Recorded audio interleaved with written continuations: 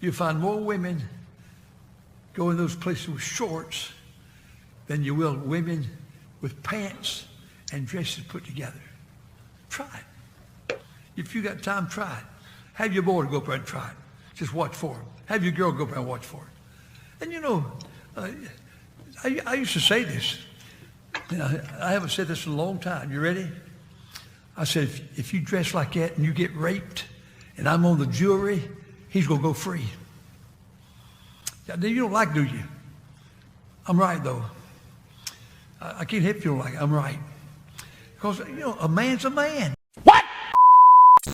So, Pastor goes viral for saying that he doesn't think that people who commit assault should be found guilty or serving in jail time because it's all the woman's fault. If she's wearing shorts, how dare she? She probably deserves what she's gotten. I'm not surprised. I'm not surprised at all. I'm not saying that because I think all pastors and all priests are creep. I'm not saying that because I think everyone who serves in church, leaders are creeps. But I have experience in this. Besides my own lived experience, if you see a lot of more extreme religious groups that sort of branches off of Christianity, I've seen people say, like, it's basically all on the women. And I was actually taught this too in my church and in my home.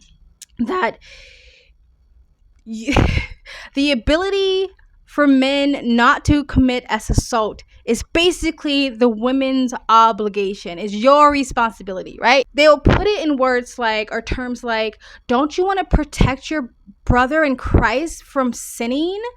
And by doing that, you should cover up. So put on a long dress, cover your shoulders, cover your midriff, cover your chest, walk in a certain way, act demure, coy, whatever. Don't make eye contact, don't laugh, don't giggle, all those things, because all those things entice all the brothers in Christ, and they can't help themselves because God just made them that way. God just made men to spread their seed and to have sex with many women, maybe the monogamy and stay in marriage and don't fornicate and all that stuff. But God made men a certain way, and they just can't help their penises. So it's not the men's fault. It's a woman's fault. And if you really love your brother in Christ, you would do all it takes to protect them from sinning, because they have no responsibility or accountability when it comes to that, because they can't control themselves. It's weird how God made men the head of the house and the leaders and all that stuff, and they can't control their penises. They can't control their urges. They can't control themselves for committing assault. It's all on the women. Of course, they never say it's all on the women directly, but again, they would word it certain ways. I've never seen my brothers, I've never seen men in church ever be talked to this way. It's always on the women. There's those groups. I think they're Mormons, or if not Mormons, I'll put it on the screen. I'm thinking of a group that isolates themselves, that live with no electricities. Amish? Yeah, Amish. And Mormons have their issues too, by the way. Let's not get into that. There was a documentary even came out that was made into a movie. There was a bunch of women who just got sick of being assaulted by their own family members and by their own communities, by their own fathers, brothers, and nothing's happening. And basically, it was the same sentiment. If you are assaulted, it's you. You did something wrong. I remember there was an interview with a girl who came from that community, and she was, I believe, 6 when her assault started from her father and her brother, or one or the other. And when she finally got the courage to tell her mother's response to her was, well, how were you walking? Because maybe you were walking seductively, and that made them assault you. She was 6 when it started. Again, it's on the women. It's on the women. It's not on the men. Men can't help themselves, right? Again, but they're leaders. God made them leaders. God positioned them as leaders, but they can't help themselves. They're like animals. I was expected to clear away the breakfast table after we had made breakfast for the whole family and we had eaten breakfast. And my stepfather was still sitting at the table, and he said I needed to walk properly because my walk was what was enticing people to me. Well, I think one of the things that really stood out to me from the Sons of the Amish was you were reading from a booklet that was given to you at 11 about how it's like a sex education for an 11-year-old, if you could even call it that. And you were reading one of the passages about how even when you sleep, you need to make sure you're covered, because if you are not covered while you are sleeping, your brother may be enticed by you. And the fact that they're teaching boys that they can even be enticed by their sisters is so twisted. It tells girls of 11 not to climb up on ladders in front of their brothers. But it's not right, because I can't sit here and be silent about it when I know it's still happening today. Yeah. I also want people to understand that your story is not unique to these Amish communities as far as the amount of abuse that goes on. It was very common in these communities.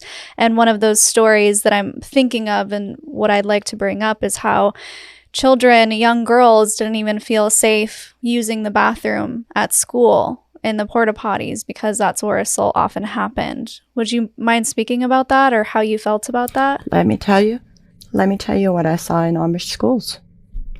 I wet myself in front of the entire school at the back blackboard because I was so terrified of going to the bathroom because I heard girls screaming in them. So, is it unique to Amish communities? No. Why do I talk about it as like being inside of Amish communities? Because I know that experience. I don't know what it's like for other children. Because the Amish so heavily focus on forgiveness, can you walk us through what it's like when somebody actually admits to these crimes and how the community handles it? Typically, what I've seen, in my specific case, he was sorry, and I'm supposed to forgive him. And if I don't forgive him, my sin can be just as great, if not greater than, his sin of raping me. Because let's threaten a child that was just raped, over and over and over with, going to hell if you don't forgive him.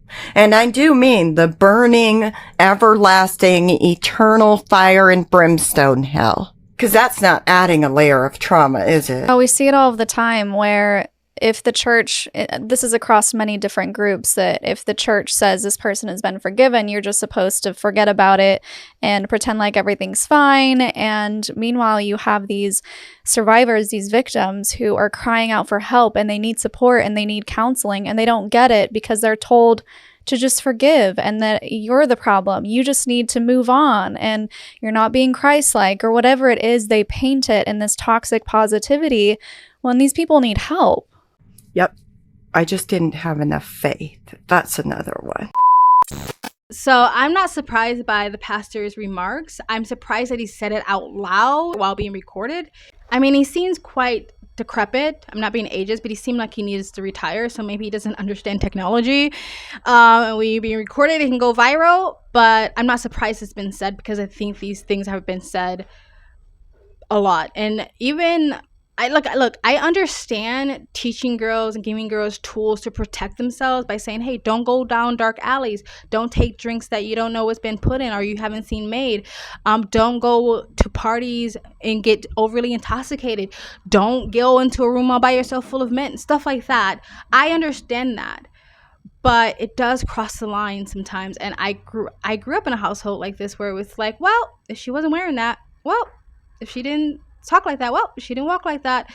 So I'm not surprised, and it's really, really sad, because again, you can't tell women that completely trust men, give them, submit to them, give over your power, give over your individuality, give over yourself to a man who can't control their own sexual urges. That's weird to me, and it doesn't make any sense. So yeah, this pastor, I believe, had to step down, of course, or he didn't step down. Did he step down? I don't know. If he didn't, he should have. His apologies was retarded. He apologized for what he said by saying, like, if it hurt your feelings, I'm sorry. No, I said a really terrible thing. I'm so old. I don't realize the world has moved on and don't think the way I think anymore. Yeah, let me know what you guys think of this. Again, I'm not saying that all religious people like this, our religious leaders are like this, great people are in church, but this is the reason why I don't fangirl any groups or any institutions, because there are creeps in all of them, and there are people who will protect those creeps and listen to those creeps and follow those creeps blindly. So yeah, let me know what you guys think in the comment section below of this comment. If you grew up in a religious household or in religion? Have you ever heard anything like this? Let me know in the comment section below. Please like, comment, and subscribe. Hit the bell to get the notification when I do upload all that related help with the algorithm, guys. Thank you. What?